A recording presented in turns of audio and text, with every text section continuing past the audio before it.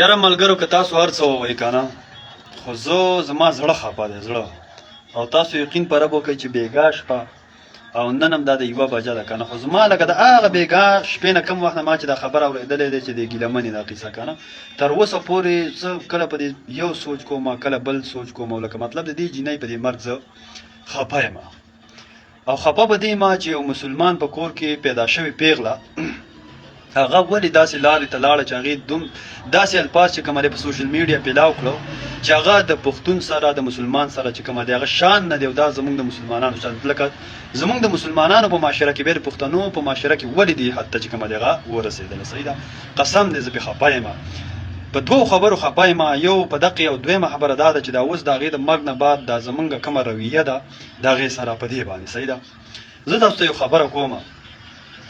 خبره دا ده که نه چې لکه مطلب ما د یو عالم نه اورېدلې وه یو زنانه وه ډېره زیاته بدکرداره وه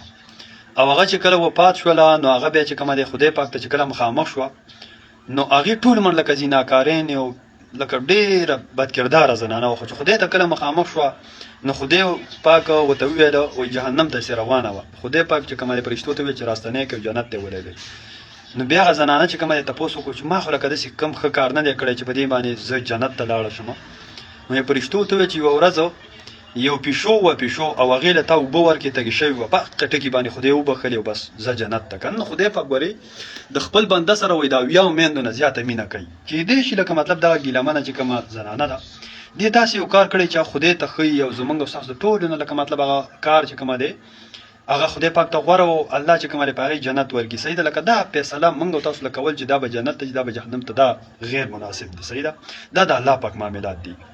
بل خبره به زه تاسو ته دا وکړم که نه چې موږ لکه مطلب په پښتنو په معاشره کې او بیا د مسلمانانو په معاشره کې زموږ یو تورسر یو پیغله ولې داسې حد ته ورسېدله لکه موږ یې په ژوند ولې اصلاح نه کوله په ژوند یې ولې موږ د دې اصلاح نه کوله چې دې سره ناست وې او دې ته لکه مطلب سم او بد او نیغه لار چې کومه دی هغه ښودلې وې چې اوس په مرګ باندې لکه مذاق د چوکچته او په هغې پسې بد و دغه که نه نو په کار خو دا وه چې لکه موږ د هغې په ژوند اصلاح کړې وې د هغې سره ناست وې پاس وې ما ته یو کس به دې زنانه چې کومه دی ډېرې ویډیوګانې رالیږلې خو قسم دی چې ما به په دې پسې ویډیو نه جوړوله ځکه ما چې لکه مطلب دا الفاظ نه غواړم چې د خپلو ملګرو سره په شیشه شریک کړم داسې الفاظ د هغې لکه وو که نه صحیح ده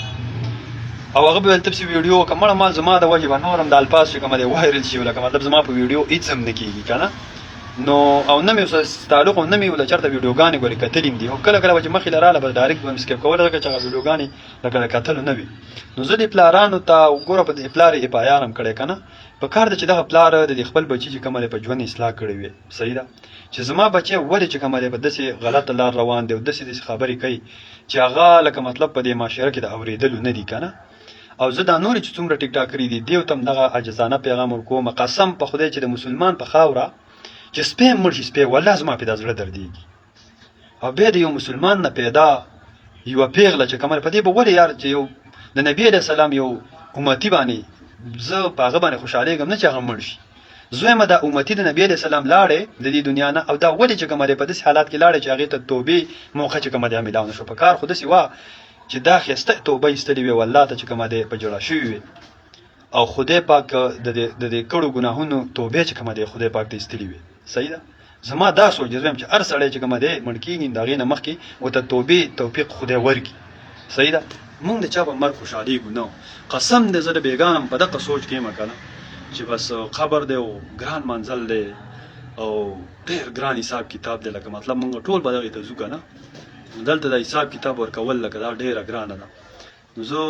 په دغه کشمکش کې یم چې اوس به څه کېږي اوس قبر کې به ورته خدای پاک ته تپوس کوي څنګه حساب کتاب به خدای به معاف کړي خدای به چې کومه دی عذاب ورکوي لکه زه به دغه قصه کې پروت یم د بېګانه که نه نو زه دې ټولو جینکو ته وایم چې مړه یې په ځان رحم وکړئ اورې او دا لایک او ویورز دا ارزي شی نه دي دغه ګیلمنې به جنازه کې 14 لکه پالور یو او ټوټل به جنازه کې 14 کسان نه ولاړ نو دا پالور مالور داسې ارزي شی نه دي او دا پاتې کېدونکي شی نه دي د خپل اخرت فکر پکار دی اورې د هغې دپاره تیاری پکار دی